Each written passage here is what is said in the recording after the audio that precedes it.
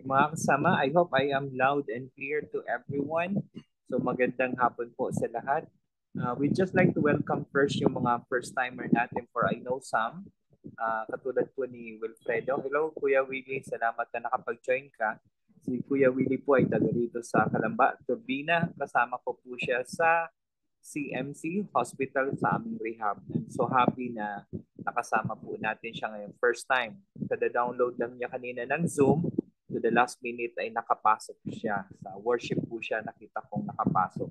Welcome po, Kuya Willie. And of course, yung anak ko na nagbabakasyon dito sa Pilipinas, ayan, medyo nag-observe siya. Pangalan niya po ay si Angelique Rapisora. Isa po yan sa kambal ko, panganay kong anak. Ano po, si Angelique. Hello, anak. Love you. So, sa iba pa pong bago, first-timers, sa mga hindi pa po masyado tayong magkakilala, baka ilang times pa lang po kayo nakaka-attend. Welcome po sa ating pong fellowship dito sa ating PWD, sa ating pong community.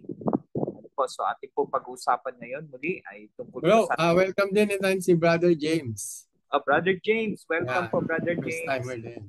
Okay po. Sa iba pa po natin mga kasama ang bago dyan. So, Salamat. Thank you, salamat. Okay. Welcome po, Brother James.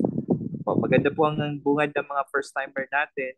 Nabutan niyo po ang kahit paano mga ilang pong rules. Ano po, mga para konting orientation sa ating pong community.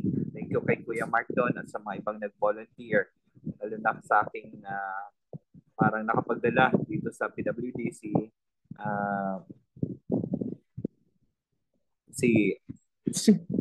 nag-blank po ako doon. Sa dulo ng dila ko. Anyway, let's go to that topic. Sa ating pong pag-usapan pong be still. Ditong week ay sabi sa akin ni Kuya Mark kung ako nga po yung magsasalita considering daw na dito yung anak ko na nagpapakasyon, but I believe na dahil nakatoka sa kanya slot, so let's give God the glory.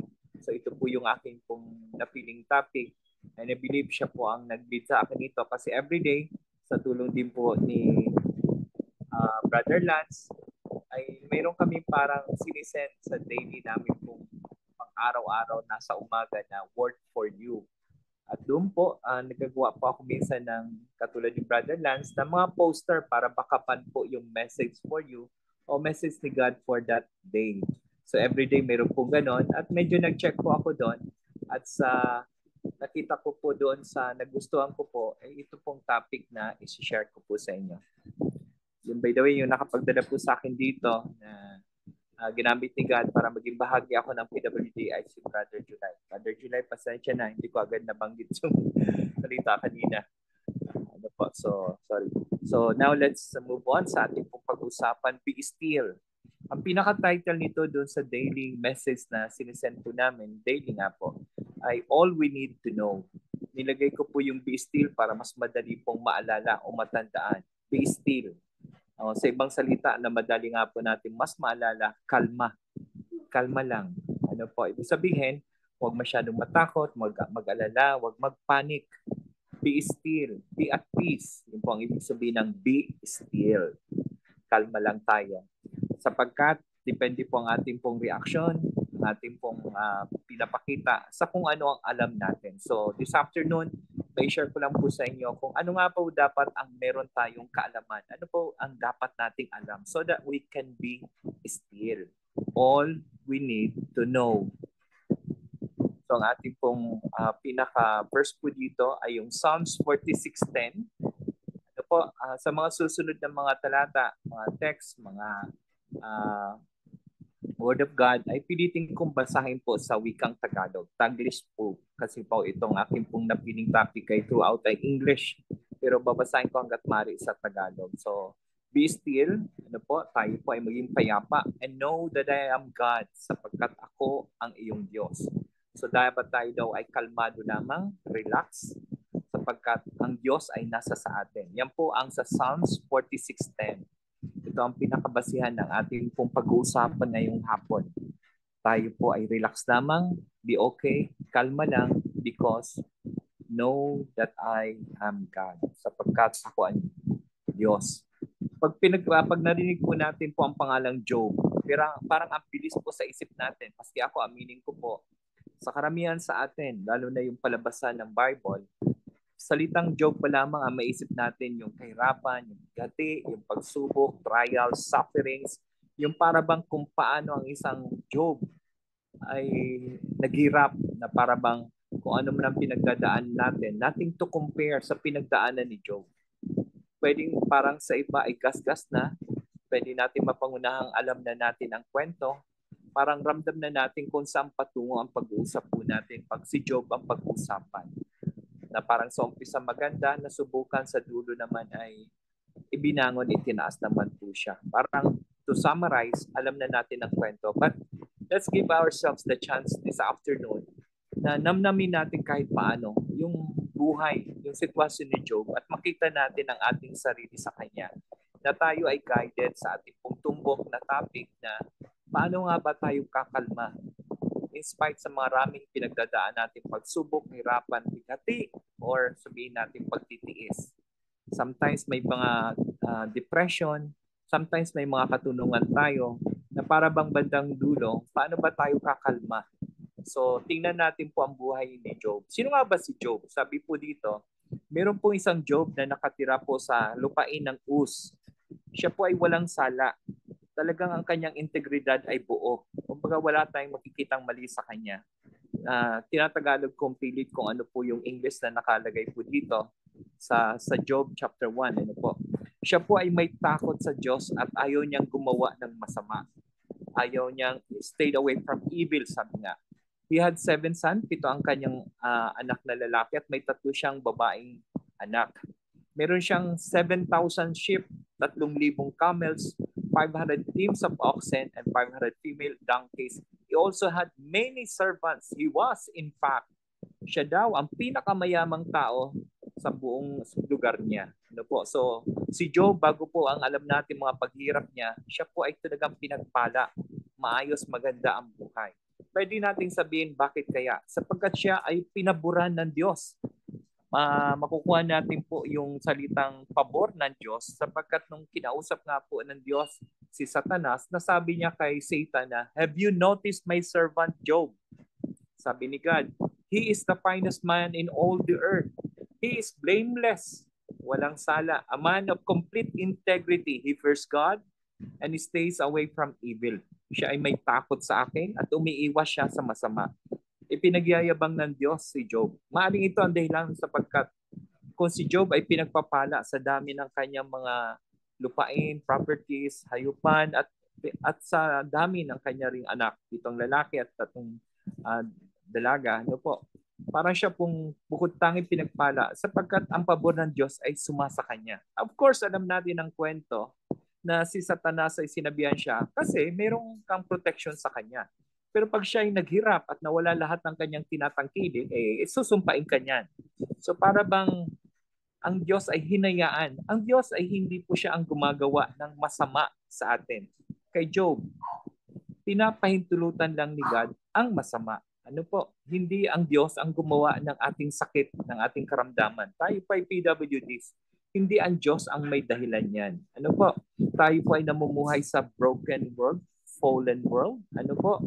At pinapahintulutan lamang ni God ang mga bagay na maaring pangit, masakit sa ating buhay. Pero hindi siya ang gumawa nun. Katulad ng kay Job, pinahintulutan niya si Satanas na subukan si Job. Alam po natin ang kwento, pero i-feel po natin, ramdamin po natin, gaano ba kahirap.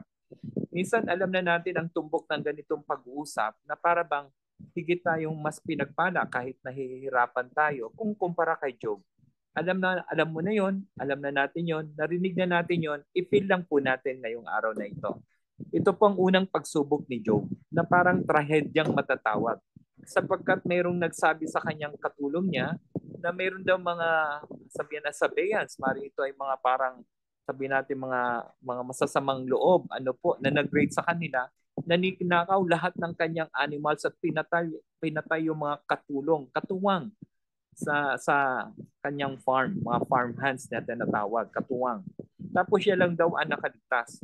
Habang siya ay nagre-report, mayroon pang isang dumating na messenger at nagbigay ng balita na ang fire of God daw, yung sunog, apoy mula sa langit, ay sinunog lahat ng kanyang mga tupa at ang mga nag-aalaga nito yung shepherds. Patay lahat. At ang isa lang ang nakaligtas, yung nag-report na isang shepherd. Tapos habang nagsasalita yung shepherd na nakaligtas, ay mayroon pang isang messenger na dumating. Sabi niya, mayroon parang mga bands of Chaldean, ito po ay mga, sabihin natin siguro mga sasamang loob din, na ninakaw mga camels naman at pinatay yung mga katulong, servants. At siya lang ang nakaligtas, yung nag-report. So habang nagsasalita siya, panibago. So parang, alam mo yung para bang, wag naman mangyari. Parang i-feel lang ho natin na para bang nawala yung, sabihin natin, negosyo mo, nawala yung mga pagkakakitaan mo. Tapos biglang may report, ang pinakamasakit dito yung report na your sons and daughters were feasting habang sila ay nagkakasiyahan sa kanilang pinakamatandang kapatid sa bahay, ay mayroon daw dumating na powerful wind. Ipu-ipo maari yon na para bang sumira doon sa bahay at gumuho at nag-collapse na po at namatay lahat ng anak ni Job. Isang anak lang na mamatayan, sorry for the word, mamatayan tayo, ang sakit-sakit na yon. Ibang klase daw pag anak po ang nawala, di ba? Pero kay Job, 7 lalaki at 3 dalaga, ang sabay-sabay na isahang iglapan ay nawala. At yung nagbalita lamang ay yung nakasaksi. So, negosyo nawala, pinagkakakitaan. Maaring hindi man tayo nawala ng anak at wag naman sana in Jesus' mighty name, maprotektahan ng ating mga mahal sa buhay. Pero kung nangyari kay Job yon, maisip lang natin ay masakit na. Ano pa kaya't nangyari kay Job? Yung lahat ng mga pangyayaring yon, mga tragedies. Pero ano nga bang sagot ni Job nang narinig niya lahat ng reports na yon? Job stood up and tore his robe. Tinunit niya ang kanyang damit. At siya ay nagpakalbo. At siya po ay nagpatira pa at sumamba sa Diyos. Minsan ang unang reaksyon ng tao pag meron ng matinding pagsubok na pakiramdam niya, kakaiba to, hindi ko to kaya. Ang tanong agad ay bakit? At andun ang pagkakataon na parang sinisisi pa ang Diyos. Pero si Job, sa halip na siya po ay sabihin natin na magwala, the normal reaction ng isang tao, magalit, pero siya ay sumamba sa Diyos. At ang sabi niya, ako ay dumating, ako ay niluwal na hubad mula sa sinapupunan ng nanay ko, at ako rin ay aalis na hubad din naman sa mundong ito. Kumbaga, dumating tayo sa mundong itong walang saplot, walang kahit ano. Aalis din tayo sa mundong ito na wala ring dala-dala. The Lord gave me what I had and the Lord has taken that away. Ang Diyos ang nagbibigay, ang Diyos din ang nagtatanggal nito. Purihin ang pangalan ng Diyos. Imagine that, kaya niyang sabihin, sambahin ang pangalan ng Diyos in spite sa kanyang mga nararanasan. Minsan iniisip natin, kakaiba si Job. Sa Bible yan. Pero yan sa normal, practical, actual na buhay. Pwede. Kung babalikan natin, sino nga ba si Job bago nangyari mga bagay na to sa kanyang buhay? Siya po ay may takot sa Diyos. Buo ang kanyang pagtitiwala sa Diyos. Kumbaga, hindi ko po sinasabing kung tayo po ay may reklamo, nagwawala, nadidismaya, ay hindi buo. Pwede kong sabihin, kulang. Kaya nga mayroon tayong ganitong gawain, direction, na sana itulungan tayo ng banal na espiritu, gamitin ang community ng PWD. Maraming paraan ng Diyos para po tayo mabuo. Maging katulad sana tayo ni Job na sa lahat ng ating pinagdadaanan ay kaya pa rin natin sabihin, mabuti ang Diyos, sambahin ang pangalan niya. Pero of course, si Satanas, parang pakiramdam niya, talo siya doon, hindi siya tumigil. Kaya ang sabi niya muli sa Diyos, skin for skin. Kung ang kanyang buhay ay sabihin natin nakataya na, doon siya bibigay. Para bang kung ang kanyang health, ang kanyang kalusugan, ang apektado, doon siya magtataksil sa'yo. Parang ganun ang tono ni Satanas, na para bang yung properties, material na bagay, pwedeng mawala sa atin. Pero kung katawan na ang pag-uusapan, baka doon tayo bumigay. At ang Diyos ay pinagbigyan si Satan na muling subukan po si Job. This time, yung katawan ni Job ang binigyan po ng karamdaman. Tayo bilang PWDs, maaaring inalaw din ni God sa atin. Ako mismo, mula kanina nagpa-check up din ako. Ramdam ko naman sa doktor, andun ang pag-asa. Pero ang aking pag-asa ay sa Diyos. Ang spinal cord injury ay pwedeng for lifetime ng effect. Pero muli, may purpose ang Panginoon. Kay Job, kung babalikan natin ang kanyang kwento, hindi siya basta na-paralyze. Hindi kung anong disability ang meron siya. Binigyan po siya ng napaka-terrible. Pag sinabing terrible, sobrang tindi. Sobrang sigurong sama. Terrible boils. Para bang mga pigsa ba? Sa kanyang buong katawan, mula ulo hanggang paa niya, na sa sobrang kati niya, yung pottery, yung clay pot na pag binasag mo, yun ang kanyang ginagamit na pangkamot. Ano po, at nilalagay niya ang kanyang katawan sa abo para lang maibsan yung kati or pananakit ng boils ng mga pigsa o kung ano man meron sa kanyang mga balat. Sobrang kati, sobrang hirap ng kanyang naramdaman. Yung po ay ayon sa Job chapter 2 verses 7 to 8. Sa kanyang pinagdadaanan, kaninang doktor ang tanong po sa akin habang ako'y chine-check up, asan yung anak mo? Buti nga na sa bakasyon yung anak ko, kasama ko siya kanina at yung nagtitingin sa akin. So para bang ina-establish ng doktor na importante yung support community, support system. Ano po, na parang sabi niya, buti naman, at nabanggit ko nga, mayroon tayong community, PWD, nabanggit ko sa kanya na yung mga ilang kasama ko sa CMC sa rehab, ay naiimbitahan ko rin dito. At dito ay nakakapagpalakasan tayo. At sabi ng doktor, okay yan, meron kang support system. Si Job, sino supposed to be ang support system niya? Wala na ang kanyang 7 lalaking anak at yung 3 dalaga. Namatay na. Ang natira yung asawa niya. Ano sabi ng asawa niya? Diba? Are you still trying para bang bakit hindi mo sumpain ang Diyos? Parang ang dating po sa kwento ay salip na siya ay kahabagan, tulungan, asikasuhin. Parang ang nangyari ay inaway pa siya, kinurse pa siya, matindi yung salita, sumpain mo ang Diyos at ikay mamatay na. Ito yung support system na nakuha ni Job. Ako naniniwala ang pagiging disability ay mahirap. Walang magsasabing madali at masaya. Pero madalas nagiging magaan, una dahil sa Diyos. Pero pangalawa, sapagkat meron tayong mga nagmamahal sa atin sa paligid natin, pamilya natin. Ang alam kong totoong nahirapan o nasaktan, hindi yung sa physical, kundi sa emosyonal na maramdaman mo. May sakit ka na hindi ka pa pinapansin. May sakit ka na hindi ka pa tinutulungan at inaasikaso. Yun ang mas masakit kaysa doon sa sakit na meron tayo. And we thank God na mayroong Diyos na nagmamahal sa atin. Of course, we pray for those people. Mga mahal natin sa buhay kung wala man sila o hindi makaintindi. Minsan, pero yung simpleng kasama mo sila, sometimes, meron din silang struggle. Hindi lang siguro in physical form na meron tayo. Baka emotion. Let's try to understand them. Naalala ko si Brother Lance. Minsan, sabi niya, para bang kung ano man ang nararamdaman natin, awa sa sarili, depression, huwag tayong mag-focus sa sarili natin. Kahit ba walang sakit yung asawa, kahit wala bang sakit yung mga anak, may pinagdadaanan din sila, sarili nilang struggle. Meron din silang pinapasan. Let's try to understand them na lang. Ang importante, andyan pa rin sila. Di man natin nakukuha ng buo kung anong support ang hinihingi natin. Yung simpleng nakatingin sila, hindi tayo niiwan. Blessing ng malaki dito ba? Wag hindi naman sila katulad ng asawa ni Job. Pero ang reaction ni Job kakaiba. Sabi ni Job, you talk like a foolish woman.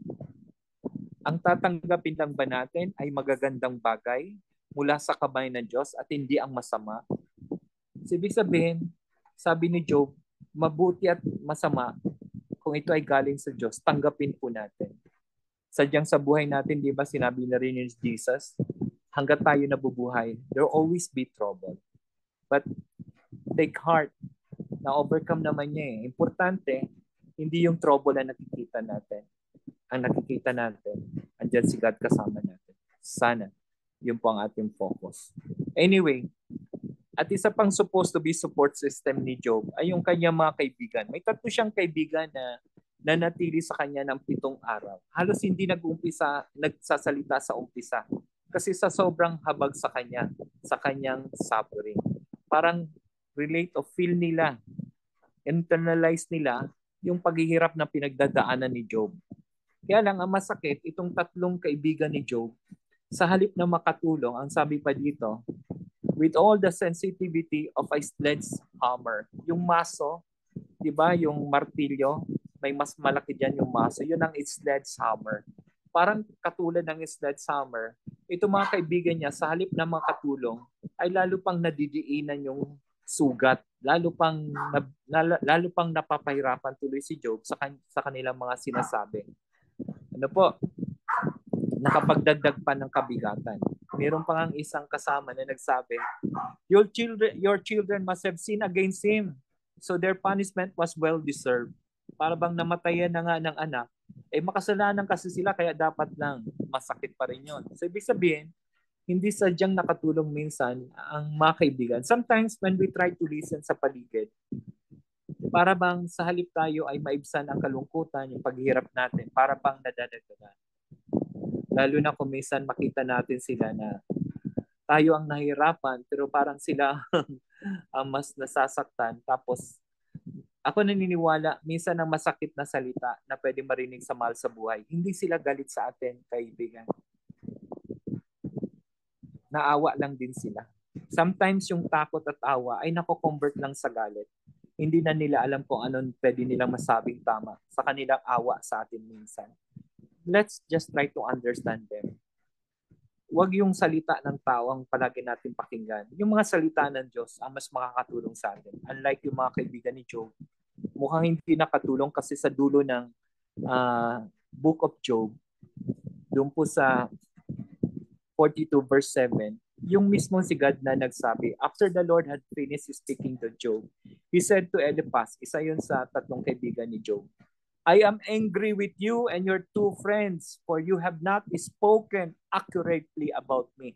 Galit ako sa iyo at sa 2 mo pang kaibigan kasi hindi nasabi ng tama ang tungkol sa akin, katulad ng nasabi ni Job. Ibig sabihin, hindi nila na-describe or naibigay kung ano ang what is due, kung anong tungkol sa Diyos.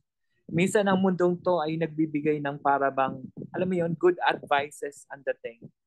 But at the end, still better ang advices na galing sa salita ng Diyos. Ano po? At ito po ang highlight sa kwento ng kay Job.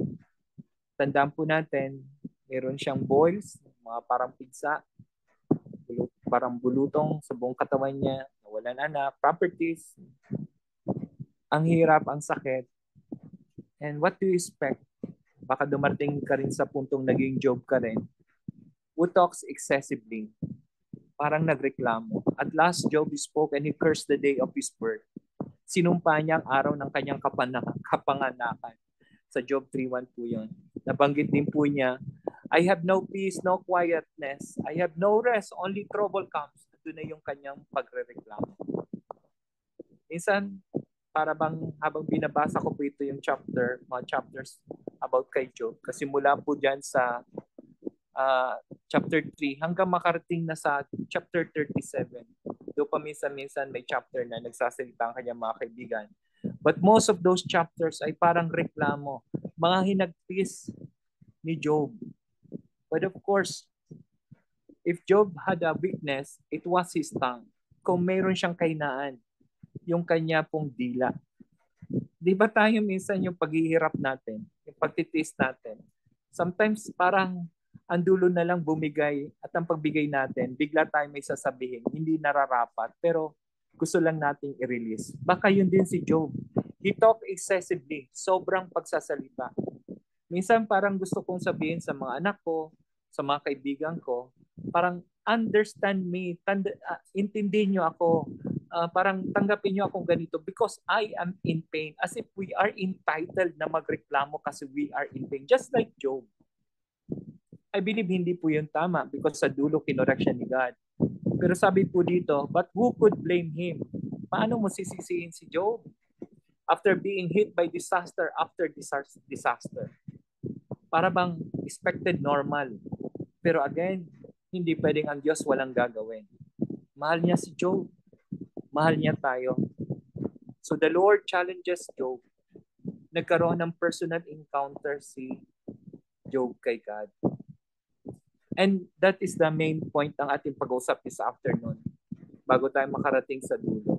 I pray ako din, bawat isa sa atin, magkaroon talaga ng personal encounter kay God para magkaroon tayo ng kind of breakthrough, realization, na magkaroon tayo talaga ng pagkalma, pag-relax, pagiging still, pagiging secured.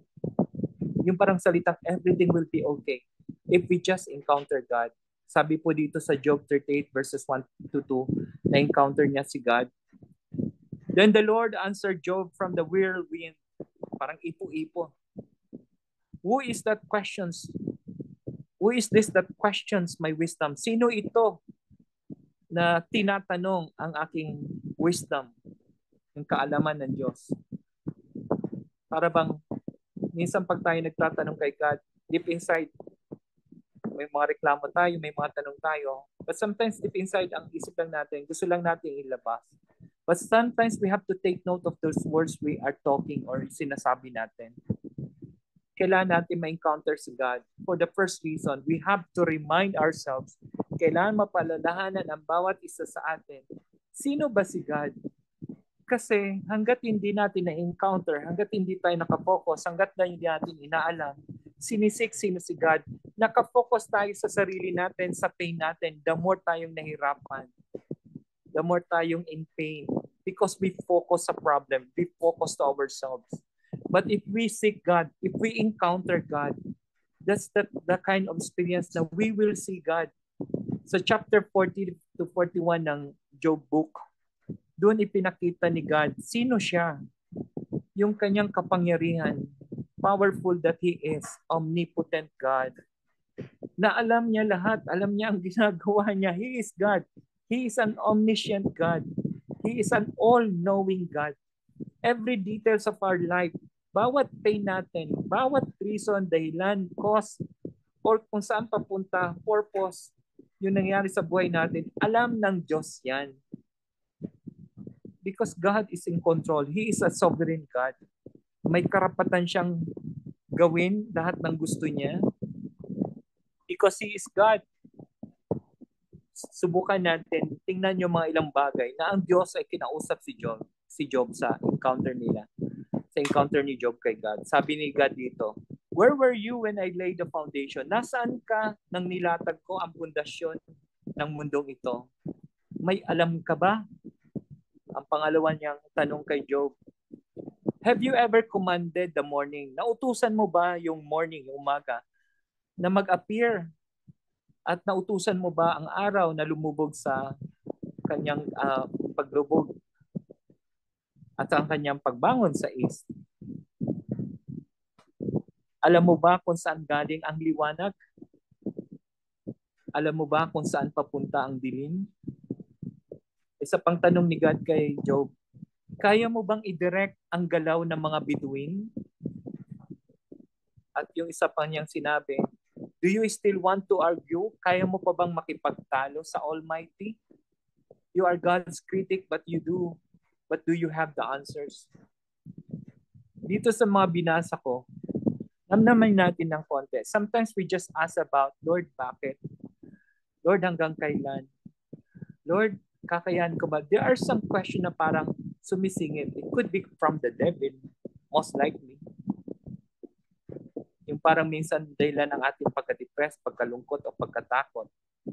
Because doon tayo nakafocus. Pero why not focus yung ano ang power na meron ng Diyos? Balikan natin yung mga ilang bagay. Siya ang creator. Yung walang dulong universe. Kaya pa natin sapatin yung universe. Siya may gawa niyan. Siya may gawa ng pagbukas ng liwayway, bukang liwayway. Siya may control ng mga bituin na hindi natin halos mabilang. He is God. Kailangan natin mapalalahanan ng sarili natin. He is God. He owns everything. He is in control.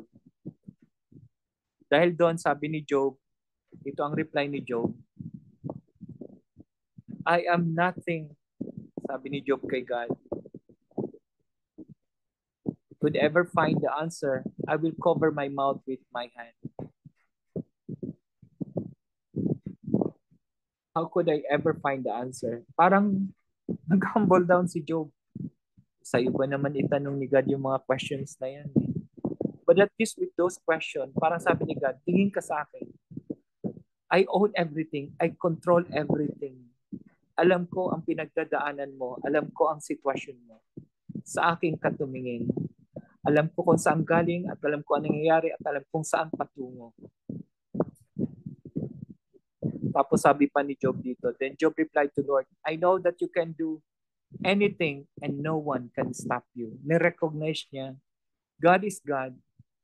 Alam ni God ang ginagawa niya at walang makakapigil sa gusto niyang gawin. And of course, finally sabi ni Job, I had only heard about you before. I-reflect nga po natin ang sarili natin dito. Noong pa man, di ba, andun na yung takot natin kay God. At magkaroon tayo ng disability, parang opportunity, chance natin na parang lalo tayong lumapit na depende kay God. At nakatulong. Parang nga blessing in disguise yung pinagdadaanan nating kahirapan. To see God. To see God. Ano po, para bang may alam tayo sa Diyos, pero hindi mo pa nakikita ang Diyos. Pero dito, nung mag-encounter ni Job si God, doon lang niya nakita. I'm not really saying, hindi ko sinasabing unawa ko na literal na nakita si God. Kasi yung glory ni God parang mahirap talaga siyang makita. Mamamatay daw ang tao pag nakita talaga si God. But sa akin, in my own understanding, nakita na ba natin talaga si God? Nakita meaning, nakilala ba natin na si God? Who God is? May alam lang tayo. Yung karamihan tao, parang they only have religion. Yung para bang pwedeng active tayo sa church, pero walang connection kay God. Hindi mo kilala talaga ang Diyos. May alam ka lang tungkol sa Diyos, pero hindi mo kilala si God. You don't see God yet. So, si Job that time, na ma-encounter niya si God, nung makita niya si God, makilala niya si God, who God is, being the one in control. Nag-humble down siya dito. I take back everything I said. Parang nag-repent siya. And I sit in dust and ashes to show my repentance. Nagpakumbaba siya. So ang encounter ni Job, basically, para bang nakita niya, God is in control. So wag tayong matakot. Gagawin ni God ang gusto niya because He is God. At makikita natin sa encounter yung kabutihan ng Diyos, and we see ourselves na parang paano tayo nagkakasala, nagre-rebelde sa Kanya. And we should humble down. All we have to do is humble down, submit to God. And that's the time that we could have that kind of peace and to be still. Finally, sa last 2 slides na bibigay ko po, 3 slides. Sa dulo ang kwento, we know, everyone knows, alam mo kung ano ang dulo ng kwento tungkol kay Job. The Lord blesses Job. The Lord blessed Job in the second half of his life even more than in the beginning. Kung paano siya pinagpala bago siya nasubukan, ay higit pang natanggap niya sa dulo. For now, he had 14,000 tupa, 6,000 camels, 1,000 teams of oxen, at 1,000 female donkeys. Binigyan din siya ng 7 uling lalaking anak at 3 uling magagandang dalagang anak. Job lived 140 years after that. Grabe, haba. After lahat ng pagsubok, binigyan siya ng mahabang buhay, 140 years. Living to see 4 generations. Yung apo ng apo ng apo ng apo mo, nakita pa niya. Ng apo ng apo ng apo ng apo niya, children and grandchildren.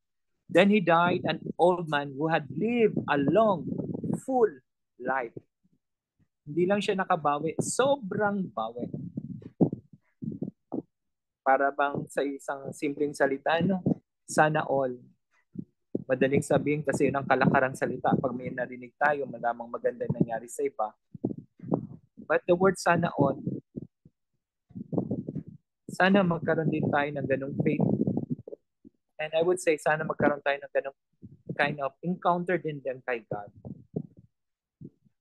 So that maging totoo pa rin sa atin yung favorite verse ko rin to yung Psalms 97 verse 13, I remain confident of this and I will see the goodness of the Lord in the land of the living. Of course, diba yung yung 1 Corinthians 2:9, however, as it is written, what no eye has seen, what no ear has heard, what no human mind has conceived are the things that God has prepared for those who love Him. Parang ang dating, parang sa langit yun. Na hindi natin alam pa ng mga surprises ni God when we will be with Him in paradise, sa heaven, for all eternity. Pero yung Psalms 27:13, parang gusto kong pa rin paghawakan. In the land of the living, parang si Job, na siya po ay na-bless pa after the crisis, after the challenges. But of course, God's will pa rin ang mangyayari, matupad. And finally, lessons. Pansinin po natin na bago narinig ni Job si God, halos hindi siya matigil sa pagsasalita. Job couldn't talk enough. Tuloy-tuloy. Halos 30 plus chapters, pulos reklamo. But after he heard from God, after na-encounter niya kay God, he couldn't talk at all. Hindi siya makapagsalita. Tinakpan niya pa ang kanyang bibig. Para siyang napahiya. Apply natin. After we talk,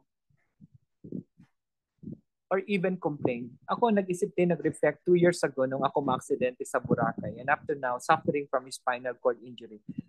I'm trying. Tinatry kong recall. Nagreklamo ba talaga ako? I believe hindi masyado because I know there's God. But there were times, lalo na pag down moments ng mga symptoms ng spinal cord injury. And of course, some of you, may up and downs tayo. Na mayroon tayo minsan nababanggit na para bang pagod na tayo, nahirapan tayo. A bit, I complain. Nag-complain tayo. To talk God about a problem, mas mabuti daw, usually the best thing to do, next, makatapos daw natin maibigay kay God, Lord, nahirapan ako, Lord. Pagod ako, Lord. Titis ako, Lord. After daw masabi natin yun, the next thing to do is to trust. Magtiwala. Not talk. Tama na ang reklamo. To submit. Surrender ka na. Huwag ka na magsalita. Job didn't know it at that time. Hindi naman alam ni Job na sa dulo ay pagpapalain siya ng gusto. Higit pa kaysa dati. Hindi naman natin alam ang future eh. May imposible ba kay God? There's nothing impossible with God sa Luke 1:37. So why not? Hindi para bang make believe. That's our great hope.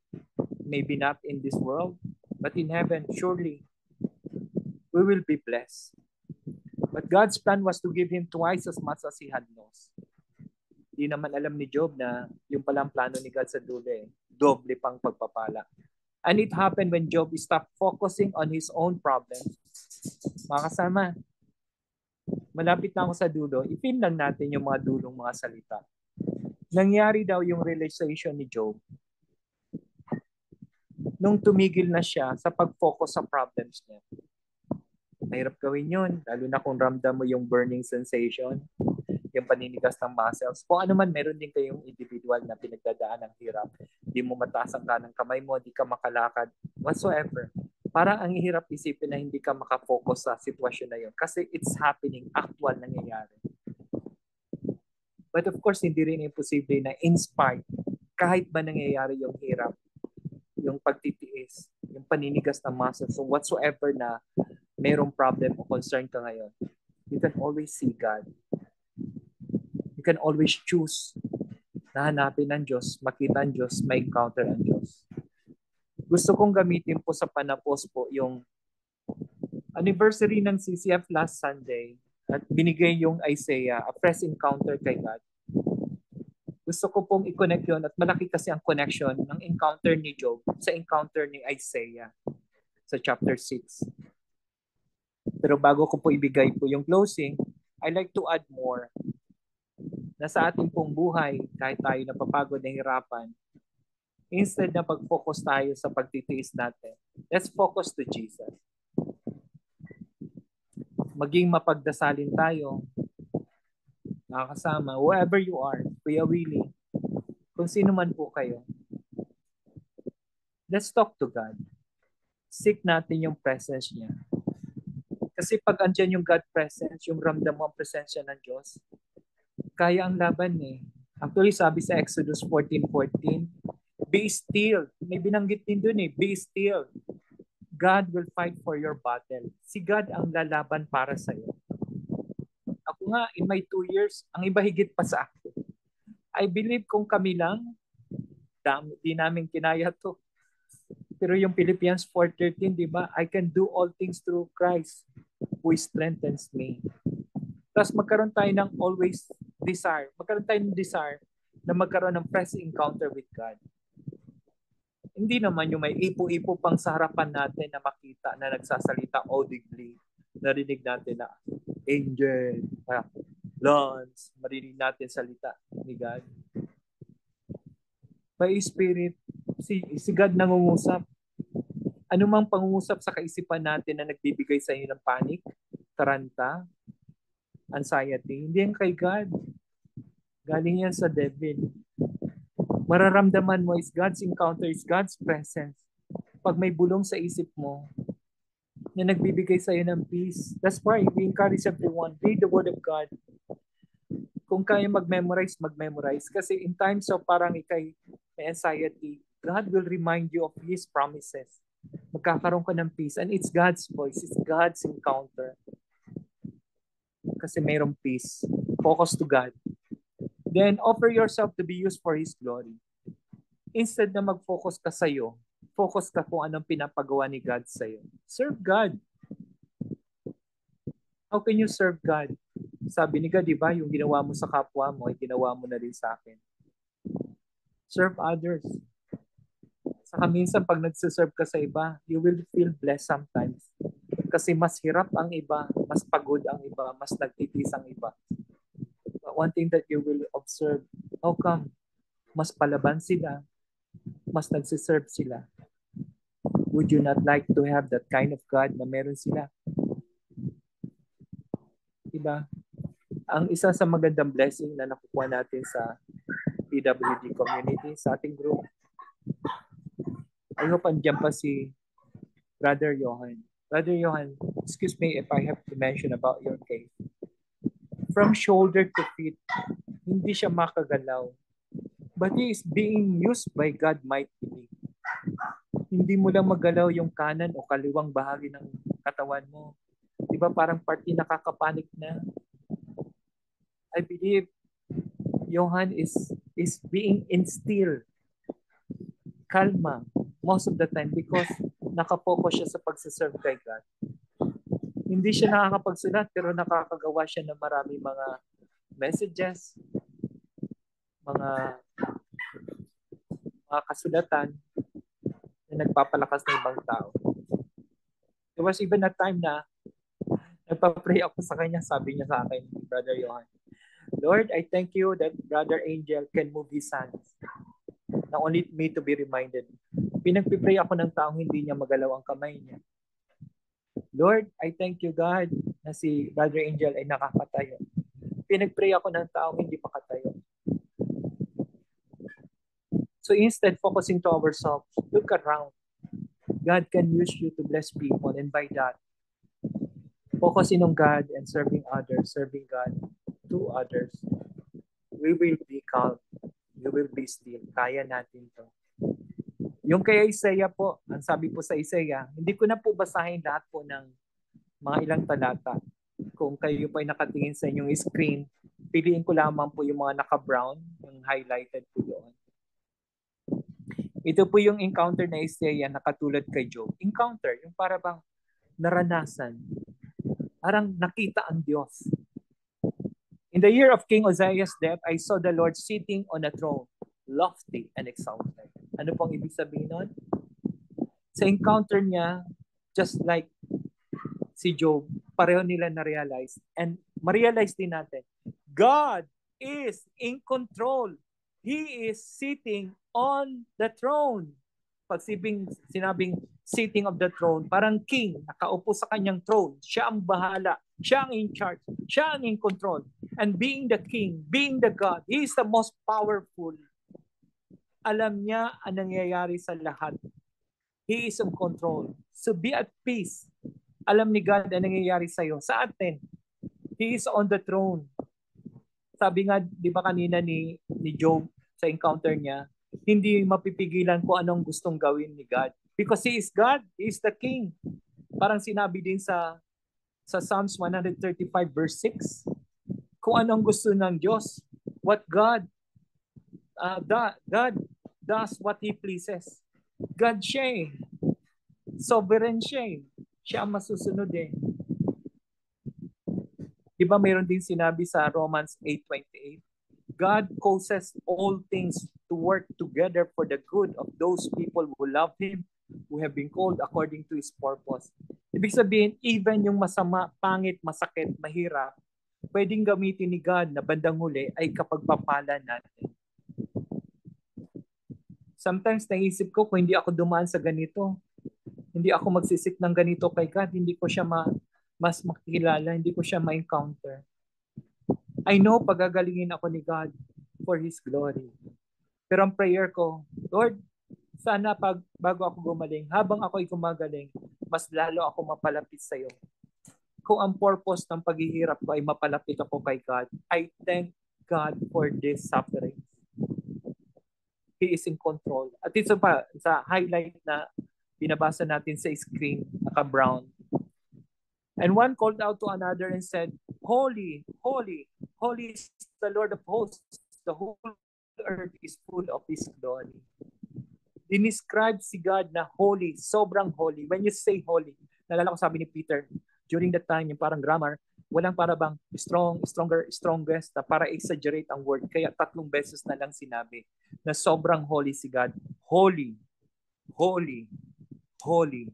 Sobrang holy. When you say holy, sabi nga may isang verse na sabi, God is light and there is no darkness in Him. Completely, God is good. That is being holy. That is holy. Para bang perfectly pure. Perfectly good. And if God is good, wala siyang iniisip, wala siyang plano na masama sa iyo. Jeremiah chapter 29 verse 11, for I have the plans for you not to harm you. Kung inalaw man niya ang harm na akala nating harm, He meant it good for us, bandang dulo. But He is holy. Ang plano ng Diyos ay mabuti. We have to trust God. Being perfectly good, mabuti ang plano ng Diyos sa buhay mo, sa buhay natin.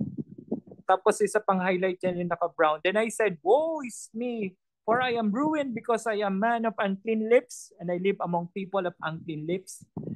Para bang kawawa naman ako. Parang ako ay parang ruined, madidestroy, mawawasak sapagkat madumi ang aking labi. Ano po? Naalala niyo si Job?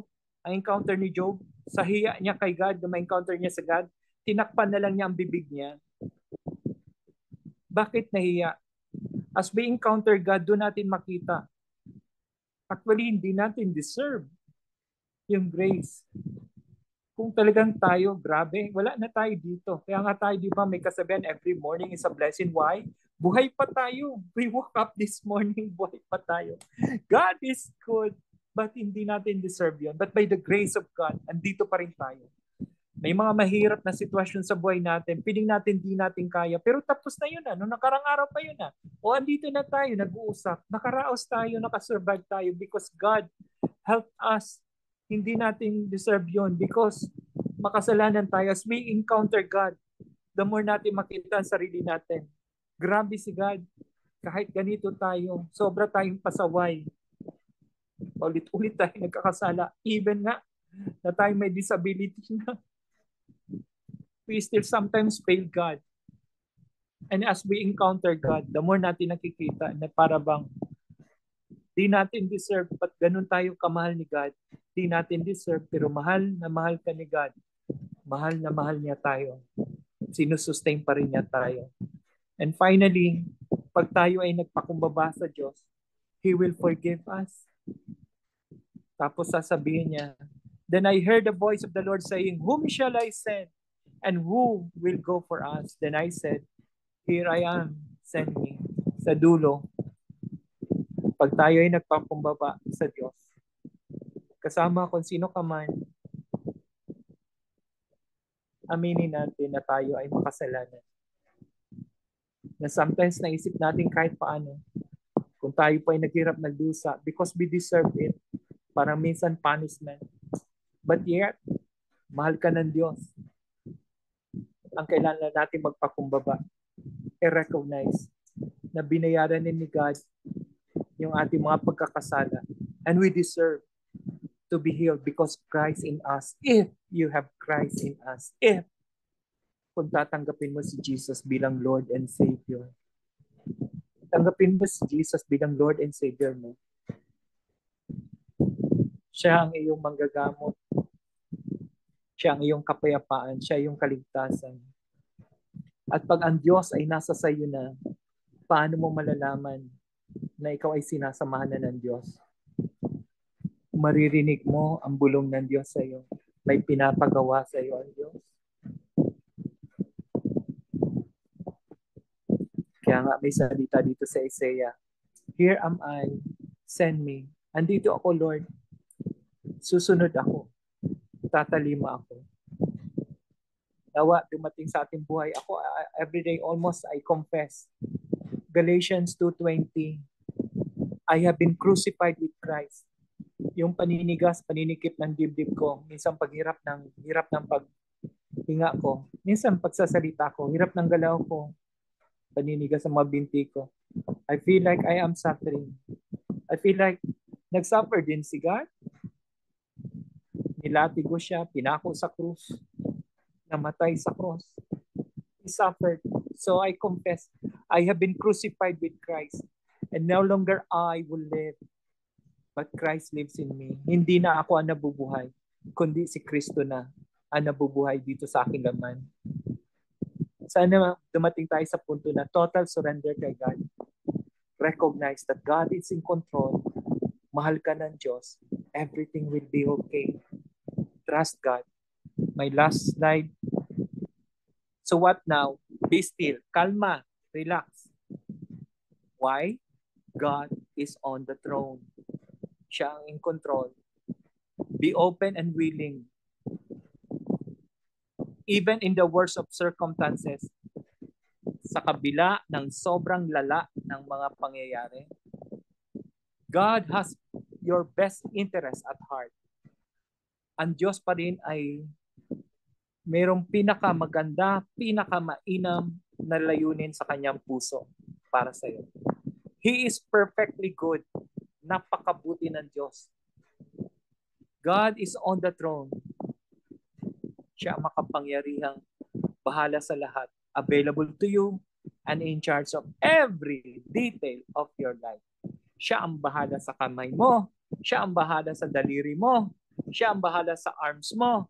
Siya ang bahala sa balikat mo. Siya ang bahala sa dibdib mo. Siya ang bahala sa mga paa mo. Siya ang bahala sa brain mo. Siya ang bahala sa wallet mo. Siya ang bahala sa ulam bukas. Siya ang bahala sa lahat ng bagay tungkol sa buhay na to because He is in control. Just trust God. Yun ang part natin. Magtiwala sa Diyos at tayo ay sumunod sa Diyos. May part din po tayo. We have to love God. Yung kaya natin, gawin natin. Sa iba, nahirap tumayo. Kung kaya mong tayo, practice lang. Kayanin mo yan. Yan ang part natin. We do our part. Ang hindi natin kaya, yun ang forte. Yun ang masterpiece ni God. Let's just trust Him. Basta sa dulo, everything will work together for our own good. And that is all you need to know. Amen. Amen. Let's Praise pray. the Lord. Let's pray. Let's pray. We praise and worship you, Father God. Lord, I pray, Panginoon. Una, Panginoon. Salamat, Panginoon, sa message niyo. Need ko yun, Lord. Need ko yun, Lord. Need ng ibang kasama ko, Lord God, na mapalalahanan mo kami, Lord God, na palagi kami magsik sa inyo. Kayo ang makita namin na kung malaki kayong Diyos sa aming buhay, maliit yung pinagdadaanan namin, hirap o problema. Pero kung malaki ang tingin namin sa aming problema, sapagkat maliit kayo sa amin. So Lord, we choose na malaki kayo, Lord God. Mas malaki kayo sa mundong ito, mas malaki kayo sa universe, Panginoon. Lord, hindi nga namin alam kung anong dulo ng universe, pero ikaw may gawa ng lahat.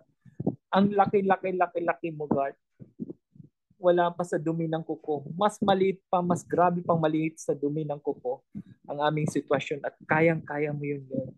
Help us to trust you.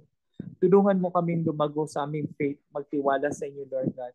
Huwag kaming matakot kasi ang sabi mo, Lord God. Do not fear, for I am with you. Do not anxiously look about you, for I am your God. Huwag ka masyadong mag-alala sa sarili mo sapagkat ako ang iyong Diyos. I will strengthen you, palalakasin kita. I will help you, tutulungan kita. I will uphold you with my righteous right hand. Hahawakin kita ng aking kanang kamay. Because I am the Lord your God, sapagkat ako ang iyong Diyos. Who takes hold of your right hand, hawak ko ang iyong kanang kamay na nagsasabi sa iyong tutulungan kita. Isaiah 41 verses 10 and 13. Lord, tulungan niyo kami maniwala, magtiwala sa iyong mga salita. Because you are a faithful God. Hindi ka marunong at hindi mo kaya at hindi ka nagsisinungaling, Panginoon. Salamat po sa mga pangako mo. Bless each one of us. Be glorified, Lord God. To the glory alone. In Jesus' mighty name this we pray. Amen and amen and amen. Amen. Praise the Lord. Ito po yung discussion question. Kindly do the screenshot. God bless everyone.